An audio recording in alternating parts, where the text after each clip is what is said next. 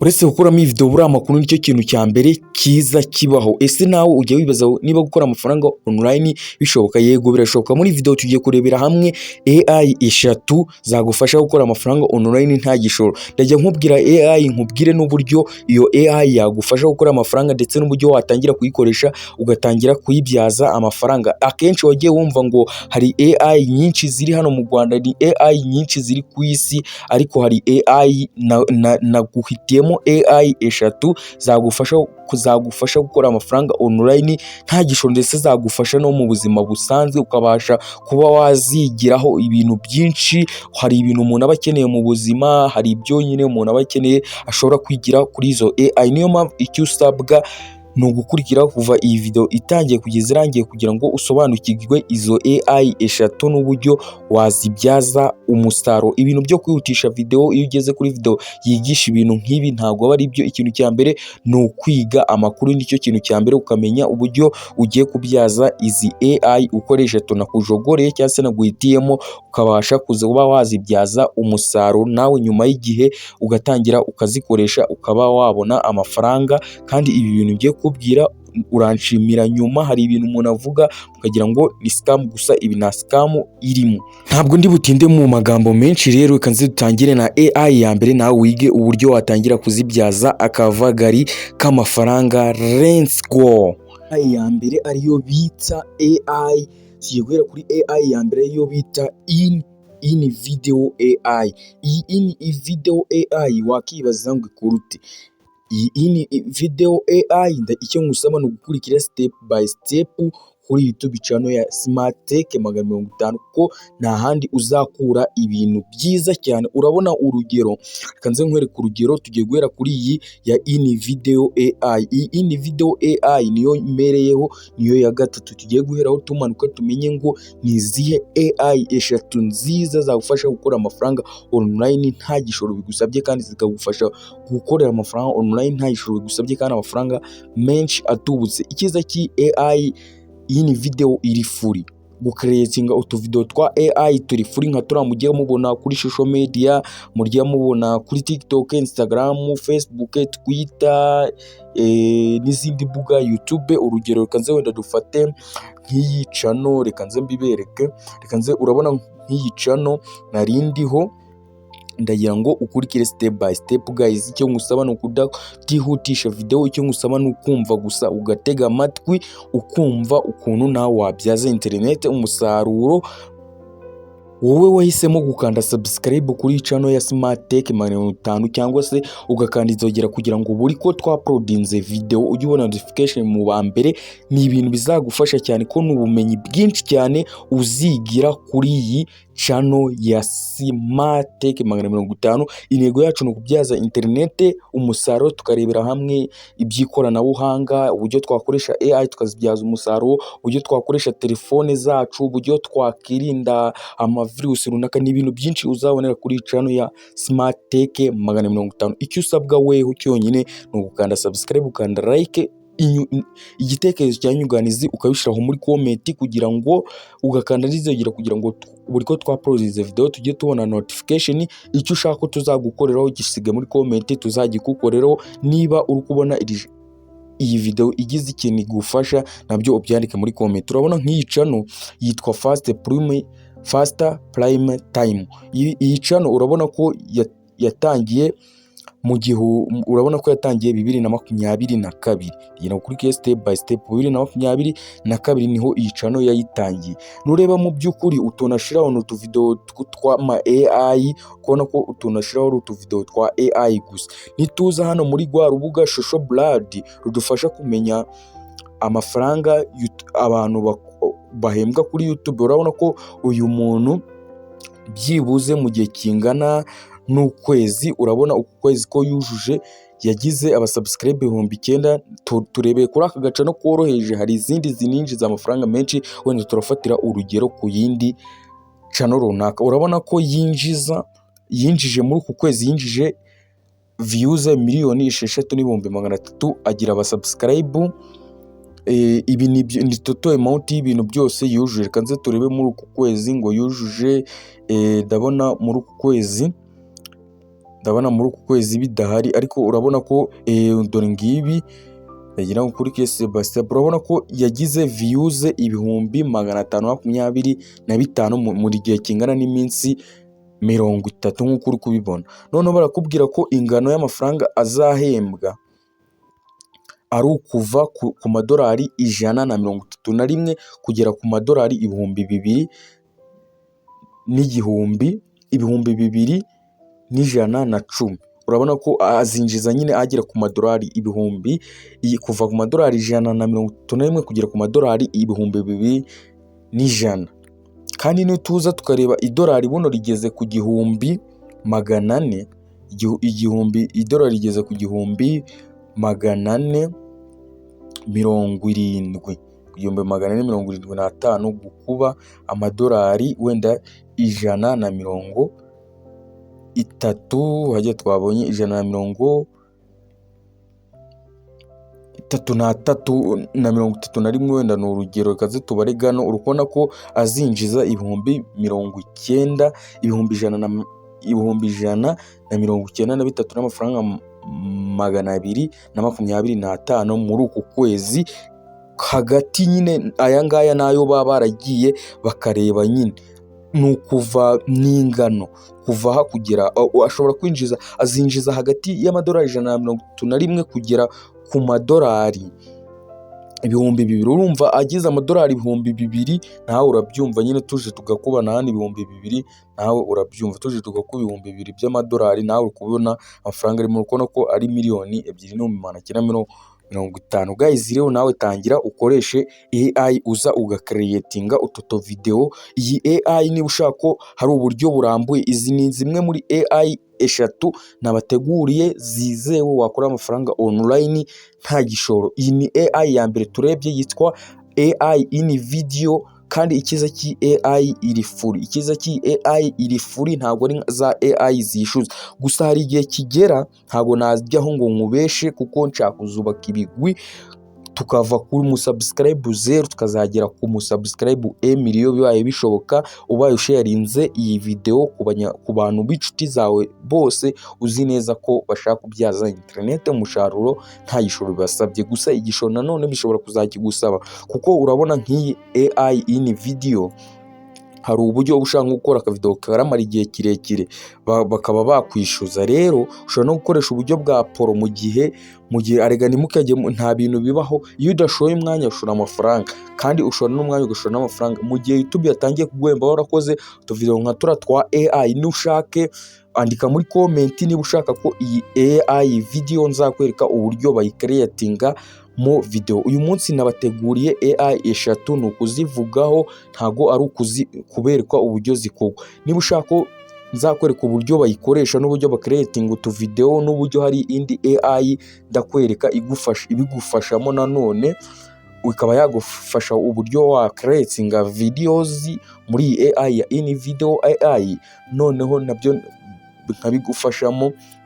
Andika muri comment ati ndashaka kunkorera video kuri in video AI, uzanyereke uburyo bakora turatu video twa nuza, kuko urabona ko abantu bari kuzibyaza umusaruro. Kandi tuzano kuri YouTube wenda tukandikamo nituza hano kuri YouTube nagira kuri K Step by Step, urabona ko izi zose ni video za AI. Urabona ko izi zose ni video za AI. Aba bantu bose urabona nk'iyi video, urabona nk'uyu nguyu yashizeho kano ka video kagira miliyoni 100 Reka nze wenda dufate urugero nk'uyu nguyu ko turasanga reka nze wenda dufate urugero nk'uyu akavagayi ahembwa. Turacyari kuri AI ya mbere. Iyi video ishobora kuba ndende, ariko ndagira ngo ukurikire step by step, gusa ntabwo iri buze kuba ndende cyane bitewe nuko wenda iyi ngiyi niyo tugiye kuvugaho cyane, n'izindi turazivugaho ariko mu buryo bwihuse. Wenda iyi ngiyi nuko tuyitinzeho bitewe nuko ariyo yonyine, nubwo ari iya gatatu ariko nanone irahambaye, niyo yonyine yagufasha. Urabona ko nk'uyu nguyu bamwita, wenda reka nze tuze dukopiye izina rye turebe ngo ese we yinjiza amafaranga. Urabona ko iyi channel ye, niba ushaka ko nzakorana video y'uburyo wafungura YouTube channel, nabyo ubishaho muri comment, nawe utangire ucreating utuvideo nk'utu twa AI. Kandi kiza kizi video za AI bitewe nuko ari zawe nta copyright ziba zifite. Urabona ko nk'uyu nguyu YouTube channel yo, urabona ko yayitangiye 2013 urabona, reka nze turebe ngo we yinjiza angahe nitwifashisha runo rubuga.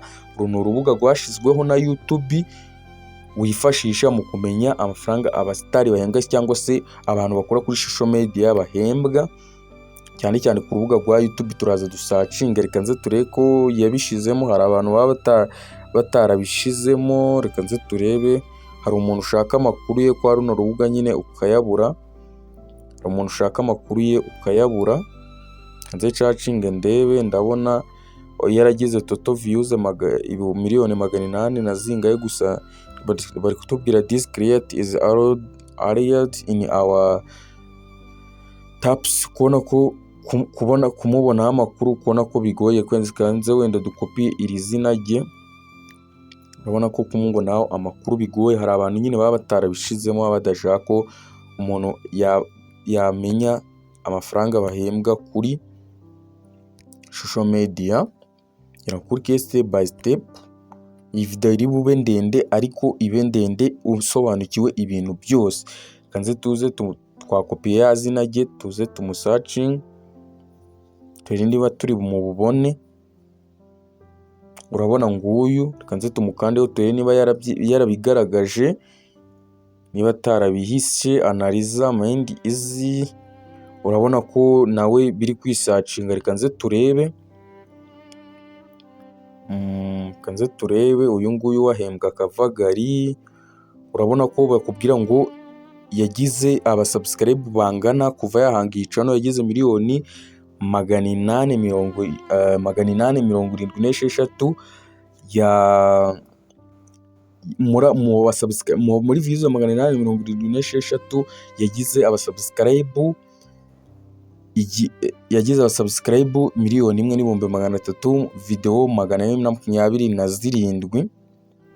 Urabona ko uyu nguyu we ahembwa akavagari k'amafaranga. Ukabona ko kubwira ngo byibuze ku mwaka. Impamvu uri kubona ko ari make bitewe na views afite n'abasubscribe, nuko ari short ntago zihembwa nka video ndende. Ukabona ko ari kukubwira kuva ku madolari 416 kugera ku madolari 6,700 ku mwaka. Ava ku madolari ahembwa agera ku madolari 8,000, kuva ku madolari 8,000 kugera ku madolari 133. Urabona ko amafaranga atari make. Hano bahita kwereka database y'ukuntu nyine ibintu bye bikorwa. Guys, rero iyi AI ya mbere nkaba nyivuyeho, nkaba ngiye kubereka AI ya kabiri. AI ya kabiri nayo ntago ari AI, ntago turajya kure.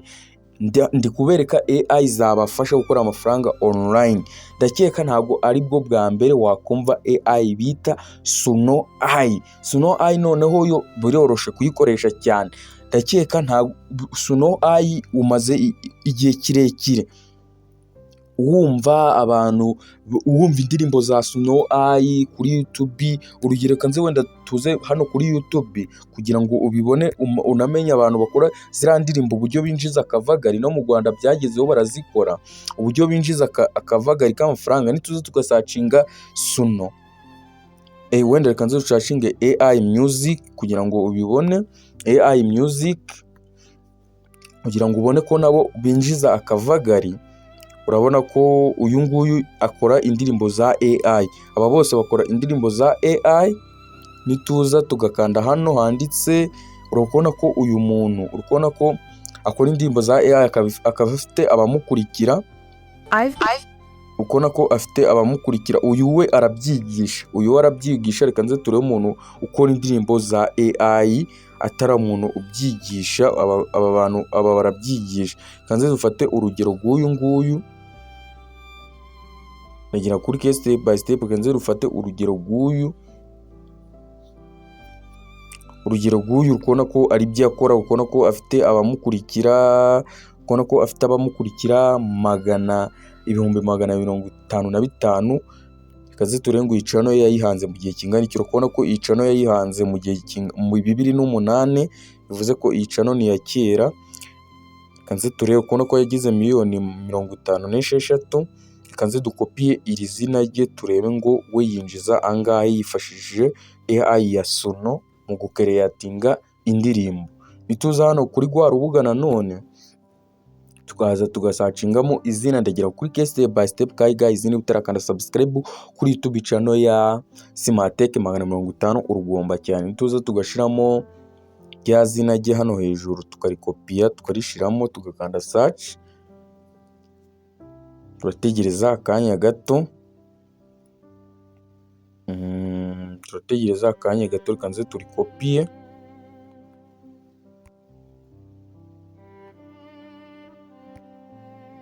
Kanze turikopiye, ndagira kuri ke step by step. Niba utarakanda subscribe, utari wakanda nayi like kuri iyi video urugomba cyane, ko ndakeka aho tugeze iyi video yagufashije ibintu byinshi utaruzi. Wabonaga abantu bakora indirimbo za AI bashushu ukagira ngo nta bibinjiriza, ariko abenshi byarabashikije kandi nabyo nta gishoro bisaba. Ni ukwandika indirimbo ukayishira muri AI. Niba ushaka ko nzagukorera video y'uburyo ukora indirimbo muri Suno AI, nabyo ubyandika muri comment, nzagenda bereka uburyo ukora indirimbo muri Suno AI, bityo ukayishira ku rubuga rwawe rwa YouTube bikabasha kwinjiriza. Shira ku rubuga rwawe rwa YouTube bikabasha kwinjiriza. Ko na wa muntu nguyu kanze turebe, ushobora no gusanga ari umunyarwanda ariko azikora mu Cyongereza, nta wamenya. Urukubona ko uyu nguyu noneho akarusho yinjiza akavagari, uyinjiza amafaranga menshi. Ukubona ko yinjiza kuva ku bihumbi 2,000 by'idolari, kuva ku bihumbi 2,900 by'idolari kugera ku bihumbi 47 by'idolari bya buri kwezi, mu gihe kingana n'umwaka byibuze abayinjije ibihumbi 14 by'idolari kugera ku bihumbi 218 by'idolari, yifashishije AI yonyine, ariyo AI ya Suno AI. Ikintu yifashisha ni AI, yifashisha AI ya Suno AI. Impamvu nahuje zino AI ebyiri, nkahuza in videos nkahuza na AI ya Suno AI, nuko zose impamvu wazifashisha mu gukora content imwe. Umva impamvu wazifashisha ko urakora Suno. Nukora Suno indirimbo urakenera amashusho urahita ujya kuyakora muri in video AI. None aya mashusho uzuyahuze bitewe n'indirimbo wakoze, bitewe n'umusitari wenda wanditseho, uze ukora amashusho ubihuze. Nurangiza kubihuza wa uploadinge ku rubuga rwawe rwa YouTube, ubundi video yawe itangire ikwinjije. Iyi ni indi AI yitwa Suno AI, nayo yagufasha gukora amafaranga online nta gishoro. Ni AI ya kabiri tubonye, nayo yagufasha gukora amafaranga online. Ni indirimbo nyinshi cyane za Suno. Urugero kanze nkwereka nk'umunyarwanda wabikozeho, kanze nkwereke umunyarwanda wabikozeho. Reka ninamubona freestyle.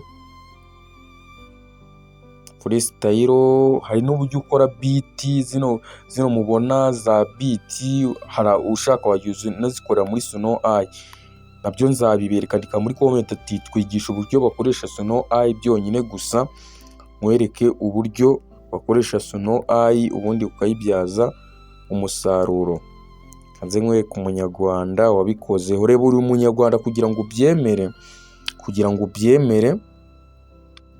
Uyu ni umunyarwanda ukora video kuri ba Vestine na ba Dorcas, afite ibihumbi 113 bimukurikira kuri video ze 68, kandi ikintu akora ni izi video.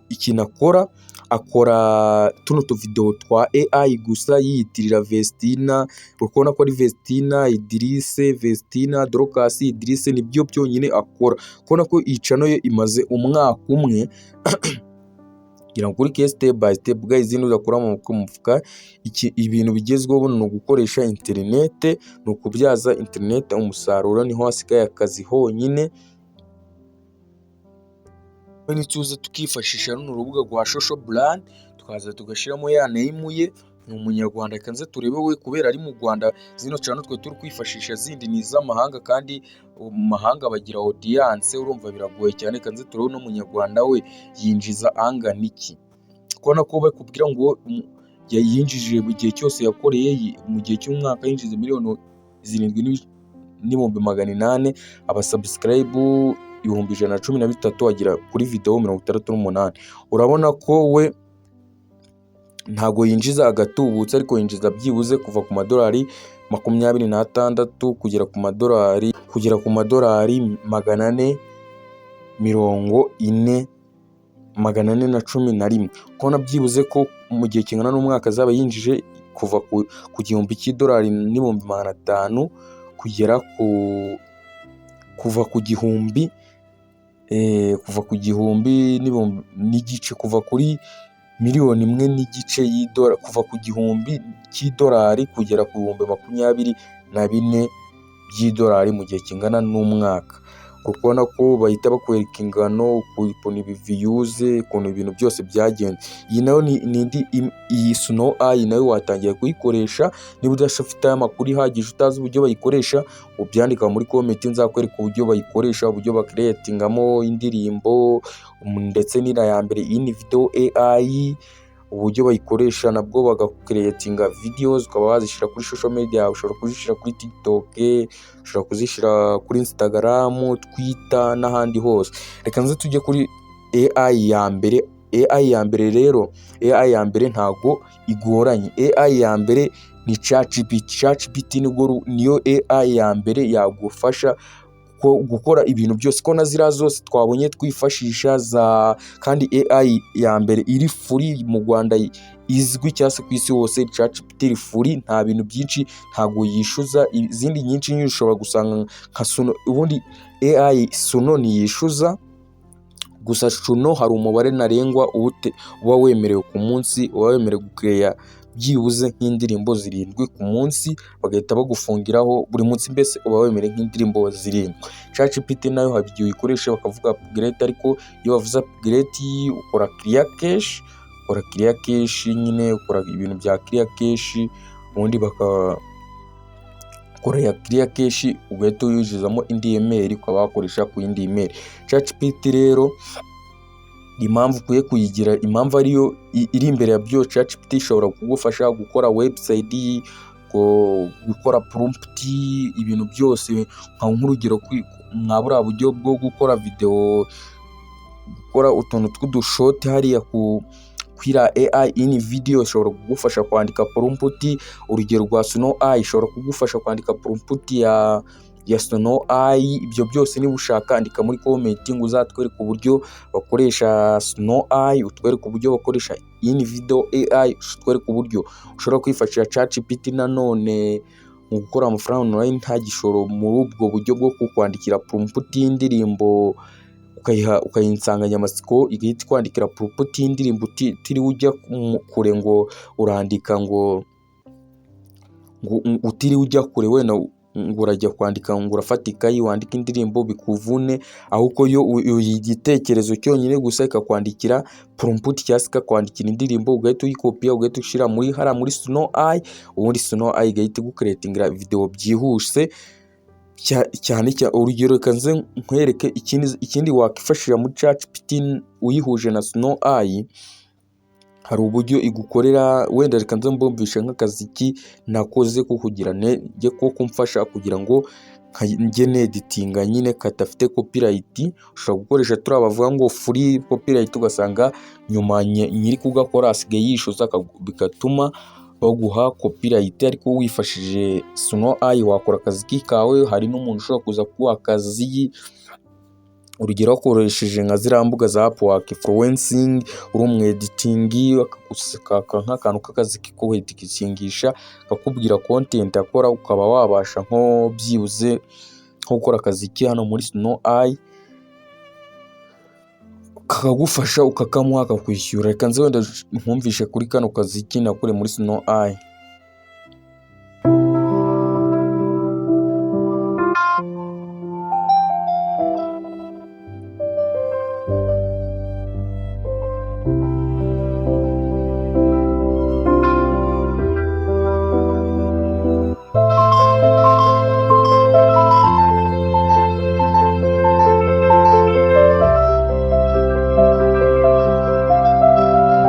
Urumva ko kano ari akazi keza. Iyi prompt nifashishije ChatGPT irayinyandikira nyikopiya nyishira hariya muri Snow Eye ihita inkorera akazi ke nk'aka ngaka. Niyo mpamvu ukwiye kwandika muri comment ukandika ati uzatwereke uburyo bakoresha Snow Eye, ko hari abantu bazi gukoresha Snow Eye ariko akaba atazi uburyo bakora instrument, akaba ashaka gukora instrument ariko akumva hajemo amajwi. Harimo uburyo bubiri, harimo uburyo bwo gukora indirimbo, harimo n'uburyo bwo gukora instrument nk'iyi ngiyi nyine akazi katarimo amajwi. Ibyo byose niba ubishaka nta handi uzabikura usibye kuri YouTube channel ya Uzziel Tech. Nta handi uzabikura usibye kuri channel ya Smart Tech 250. Niyo mpamvu ukwiye gukanda subscribe. Turebeye hamwe AI eshatu zagufasha gukorera amafaranga online nta gishoro. Izo AI zose nzagenda nazivugaho imwe ku yindi, nuko nagiraga ngo mbe nzibahaye nk'abantu basanzwe bazi no kuzikoresha, bamenye ko bazibyaza umusaruro. Hari abantu bari bazi kuzikoresha bazizi, ariko bazizi ko ziri aho ngaho nyine izo kwifashisha nka ChatGPT ariyo kwifashisha uyibaza utuntu tw'utubazo turi aho, Snow Eye ariyo gushyiramo utuntu gukora utuziki turi aho bikarangira. Iyi ni video AI ariyo gukora utuntu turi aho ngaho bikarangira utazi ko wabibyaza umusaruro. Ariko uyu munsi nkweretse uburyo wabibyaza umusaruro. Iyi video niba igize ikintu igufasha gira cyo wandika muri comment. Muri ibyo byose niba hari ikintu ushaka ko tuzaheraho mu kubivugaho mu buryo burambuye nacyo ucyandike muri comment. Nacurije video y'uyu munsi. Imana ibaho umugisha, mutazacikwa na video z'ubutaha.